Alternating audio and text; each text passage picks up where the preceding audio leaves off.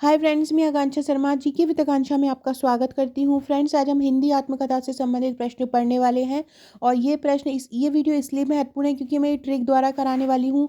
सभी आत्मकथाओं को मैं ट्रिक द्वारा कराऊंगी। इससे क्या होगा कि आपको आत्मकथा दोबारा से रिवाइज करने की ज़रूरत नहीं पड़ेगी। आत्मकथा से 1 या 2 प्रश्न आना ही आना रहता है हर एग्ज़ाम में। तो चलिए स्टार्ट करते हैं। न्यू है चैनल पर तो चैनल को सब्सक्राइब जरूर कीजिएगा और कमेंट जरूर किया कीजिए। आप लोग कमेंट में बहुत कंजूसी करते हैं। पहला क्वेश्चन है, आज के अतीत। आज के अतीत किसकी है आत्मकथा? आप किसने अपने बारे में लिखा ये? तो ये लिखा था आज के अतीत भीष्म सहानी ने। आज के अतीत किसकी कहानी है? भीष्म सहानी की। अब आप भीष्म को किस रूप में जानते हैं? भीष्म को आप कैसे जानते हैं? महाभारत से ही जानते हैं आप भीष्म को। और भीष्म को महाभारत से कैसे जानते हैं? मतलब क्या है वो? हमारे अतीत का हिस्सा है, हमारे प्राचीन काल का हिस्सा है, तो हमारे अतीत का हिस्सा। तो अतीत में कौन है? अतीत में कौन है? भीष्म। आज के अतीत किसने लिखा है? तो आज के अतीत लिखा है भीष्म सहानी ने। तो आप इसकी ट्रिक कैसे याद करोगे? महाभारत के भीष्म आज अतीत बन गए हैं। महाभारत के भीष्म आज अतीत बन गए हैं। तो आज के अतीत किसकी है रचना? भीष्म सहानी की है। आज के अतीत किसकी आत्मकथा है? भीष्म सहानी की है। और इसको कैसे याद करोगे? महाभारत के भीष्म आज अतीत बन गए हैं।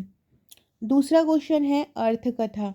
अर्थकथा आत्मकथा है डॉक्टर नगेंद्र की। अर्थकथा किसकी आत्मकथा है? अर्थकथा आत्मकथा है डॉक्टर नगेंद्र की। अब देखो, आप अर्थ में आपको क्या दिख रहा है? अर्थ में आपको अर्थ दिख रहा है और नगेंद्र में आपको नग दिख रहा है। तो आप अर्थ को किस रूप में जानते हैं? आप अर्थ को रूप आपने पढ़ा होगा अर्थव्यवस्था। अर्थव्यवस्था मतलब होता है, अगर हम इसको बिल्कुल मूल भाषा में कहें अर्थ को, तो अर्थ का मतलब होता है पैसा। तो अर्थ मतलब क्या हो गया यहाँ पे? पैसा। और नग, नग भी हमेशा किसी भी चीज़ का नग होता है। नग हमेशा धातुओं का ही आता है, जो कि बहुत ज़्यादा प्रीसियस धातु होती हैं, मेटल्स होते हैं, तो उनका हम नग लेते हैं। तो नग से भी क्या मिलता है हमको? पैसा मिलता है। तो इस तरह आपने पढ़ा होगा अर्थव्यवस्था मतलब पैसों की व्यवस्था। तो अर्थ मतलब भी क्या हो रहा है? पैसा। और नग मतलब भी क्या हो रहा है? पैसा। तो याद रखिएगा, अर्थकथा आत्मकथा किसकी है? तो अर्थकथा आत्मकथा है डॉक्टर नगेंद्र की। तो कैसे याद करोगे? अगर नग हो तो अर्थ बनता है, मतलब अगर नग है आपके पास तो उसका पैसा बनेगा। अगला क्वेश्चन है तीसरा, 60 वर्ष एक रेखांकन। 60 वर्ष एक रेखांकन किसकी है? सुमित्रा नंदन पंत की है। 60 वर्ष एक रेखांकन किसकी आत्मकथा? और ये बहुत महत्वपूर्ण है क्योंकि सुमित्रा नंदन पंत को ज्ञानपीठ भी मिला है, साहित्य अकादमी पुरस्कार भी मिला है। तो सुमित्रा नंदन पंत की तो सभी रचनाएं ही महत्वपूर्ण हो जाती हैं। ये जितने भी बड़े बड़े जो साहित्यकार हैं, उनकी जो जो रचनाएं हैं, वो उनको भी मैं एक साथ ट्रिक द्वारा आपको करवा दूंगी, तो आपको याद करने की ज़रूरत नहीं पड़ेगी। तो सुमित्रा नंदन पंत की क्या है आत्मकथा? 60 वर्ष एक रेखांकन। 60 वर्ष एक रेखांकन। तो आपको याद रखना है कि सुमित्रा नाम की एक लड़की है और उसकी उम्र ज़्यादा हो गई है और बोल रहे हैं कि सुमित्रा ने 60 वर्ष की रेखा पार कर ली। क्या याद करोगे? सुमित्रा ने 60 वर्ष की रेखा पार कर ली। तो 60 वर्ष एक रेखांकन किसका है? सुमित्रा नंदन पंत का। इनको प्रकृति का सुकुमार भी बोला जाता है, सुमित्रा नंदन पंत को। और सुमित्रा ने 60 वर्ष की रेखा पार कर ली। तो 60 वर्ष एक रेखांकन किसका है? सुमित्रा नंदन पंत का। अगला है चौथा, चांद सूरज के वीरन। चांद सूरज के वीरन क्या क्या है? देवेंद्र सत्यार्थी। चांद सूरज के वीरन, चांद सूरज के वीरन किसकी आत्मकथा है? देवेंद्र सत्यार्थी। तो देखो, बहुत ध्यान से समझना इसका अर्थ। चांद सूरज के वीराने किसका है? देवेंद्र सत्यार्थी का है। तो देखो, देवेंद्र सत्यार्थी में क्या है? आपको सत्यार्थी है और इनकी आत्मकथा है चांद सूरज पर वीरन। तो आप चांद सूरज लिख लिया। तो यहाँ आपको ऐसे याद करना है ट्रिक बना के कि सत्य, जो सत्य के राह पे नहीं चलता है, जिसके लिए सत्य का कोई अर्थ नहीं है, उसके लिए चांद सूरज भी वीराने हैं। यहाँ चांद सूरज से मतलब है बहुत पैसा। तो जो सत्य के अर्थ पर नहीं चलता है, जो सत्य के रास्ते पर नहीं चलता है, उसके लिए चांद सूरज भी वीराने हैं। तो चांद सूरज के वीरन की किसकी रचना है? देवेंद्र सत्यार्थी की।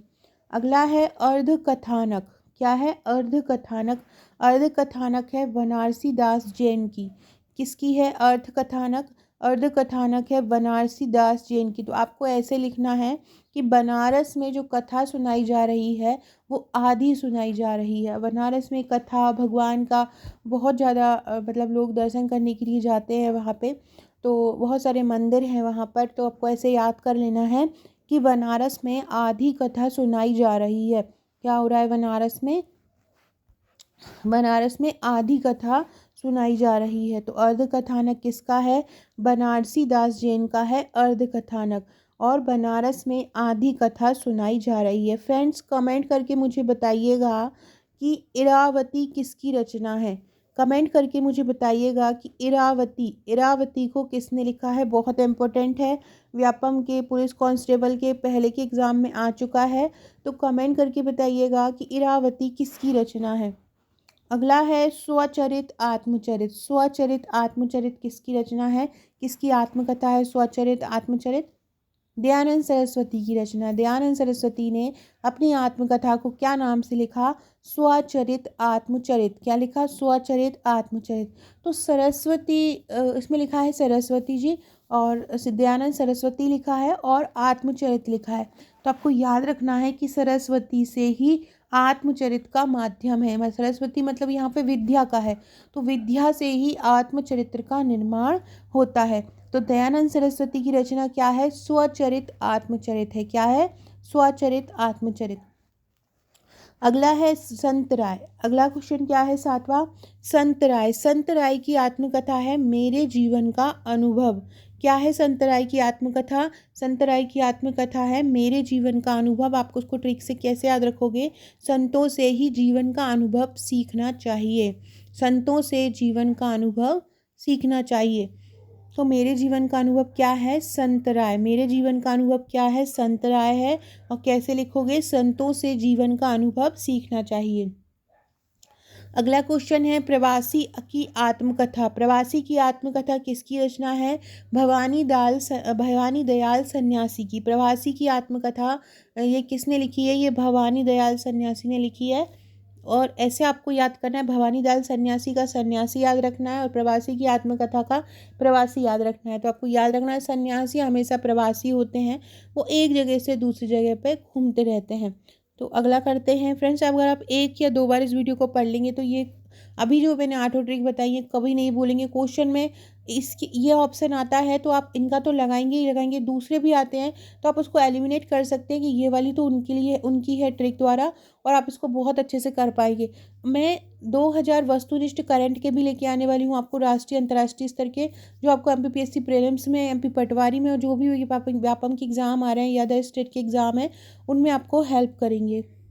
फ्रेंड्स ये पटवारी के नोट्स हैं, अगर आपने अभी तक हमारे पटवारी के नोट्स नहीं लिए हैं तो ये परचेस कर सकते हैं। टोटल आपको ये 10 बुकलेट मिलती हैं। बहुत ही सरल भाषा में टू द पॉइंट नोट्स को तैयार किया गया है, जहाँ से परीक्षा में पूछा जाता है उनको टॉपिक को कवर किया है। इसमें करंट अफेयर्स के, मध्य प्रदेश की योजनाएं, भारत सरकार की योजनाएं, पशुधन जनगणना, मंत्रिमंडल कवर किया है, MPG के पूरा हैंड रिटन है।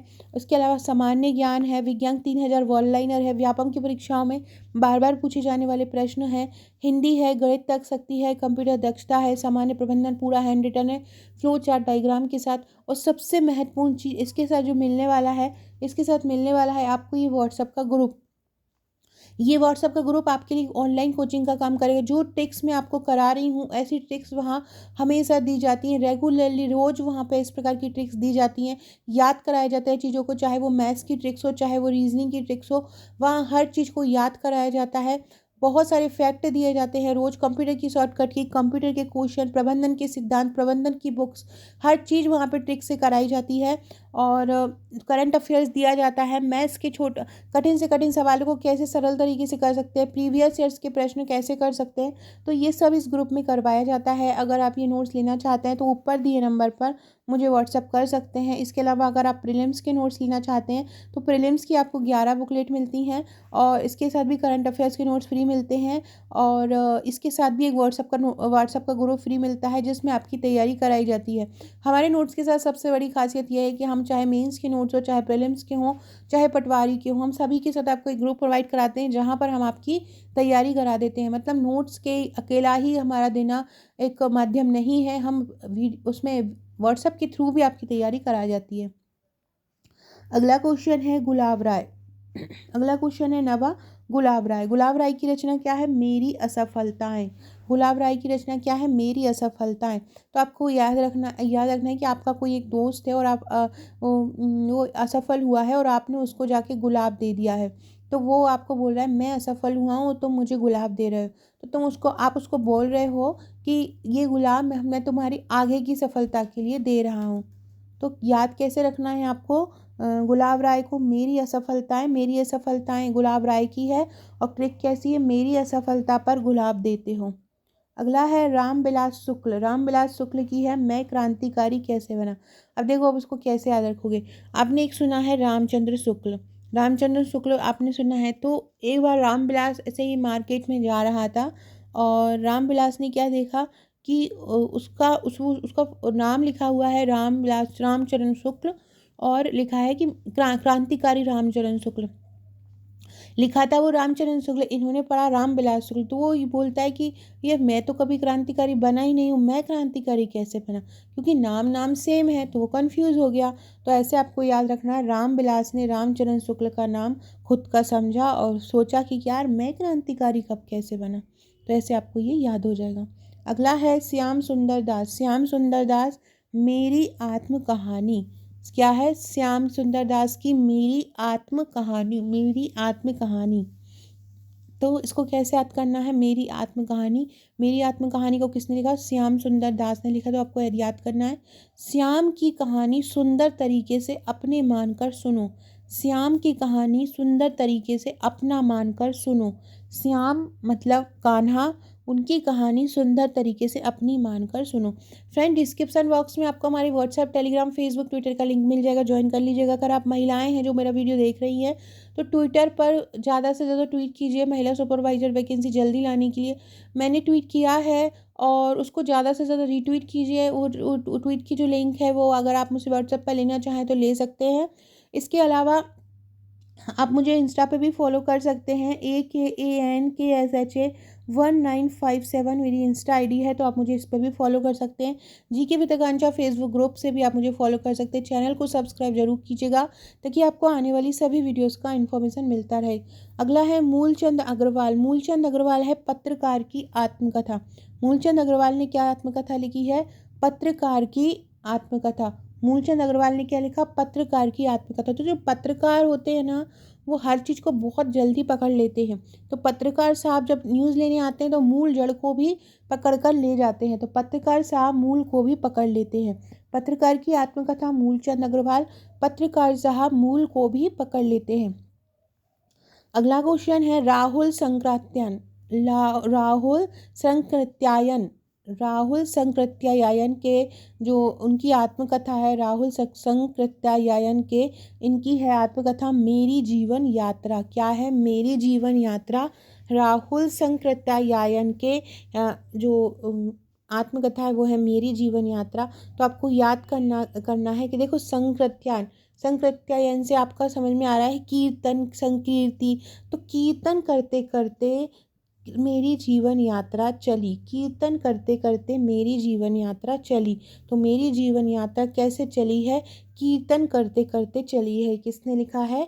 किसकी आत्मकथा है? राहुल संकृत्यायन की आत्मकथा है। संकीर्तन करते करते मेरी जीवन यात्रा चली। अगला है क्या भूलूं क्या याद करूं। तो आपको याद ही होगा, हरिवंश राय बच्चन की है। क्या भूलूं क्या याद करूं, हरिवंश राय बच्चन की है। कोई भी अमिताभ का गाना भूलू वाला याद कर लीजिएगा और उसको रिलेट करके हरिवंश राय बच्चन से टिक लगा दीजिएगा। तो याद क्या भूलूं क्या याद करूं आत्मकथा किसकी है? हरिवंश राय बच्चन की है। अगला है लास्ट झूठन। झूठन किसकी ट्रिक है? झूठन ट्रिक है ओम प्रकाश वाल्मीकि की। झूठन किसकी ट्रिक है? झूठन है ओम प्रकाश वाल्मीकि की ट्रिक। आपको कैसे याद करना है? ओम जो है, ओम एक लड़का है, वो किसी की झूठन नहीं खाता है। ओम क्या है? किसी एक लड़का है और उस पे कुछ भगवान का भी आशीर्वाद है क्योंकि उसका नाम ओम है और वो झूठन नहीं खाता है। तो ओम प्रकाश वाल्मीकि का क्या हो जाएगा, ओम झूठन नहीं खाता है, तो ओम प्रकाश वाल्मीकि की आत्मकथा क्या हो जाएगी, झूठन। फ्रेंड्स, ये भी हमारी आत्मकथा का पहला भाग है। अभी हम उपन्यास और कविताओं और भी आत्मकथा के भी वीडियोस पढ़ेंगे। ये मेरा पार्ट 1 था। पार्ट 2 जल्दी ही आपके लिए लेके आएंगे। वीडियो अच्छा लगा हो तो प्लीज़ लाइक शेयर सब्सक्राइब जरूर कीजिएगा और शेयर कीजिएगा ज़्यादा से ज़्यादा। ज़्यादा लोग ज़्यादा तक आप शेयर करेंगे तो हम ज़्यादा वीडियो आपके लिए लेके आ पाएंगे। Okay friends, thank you.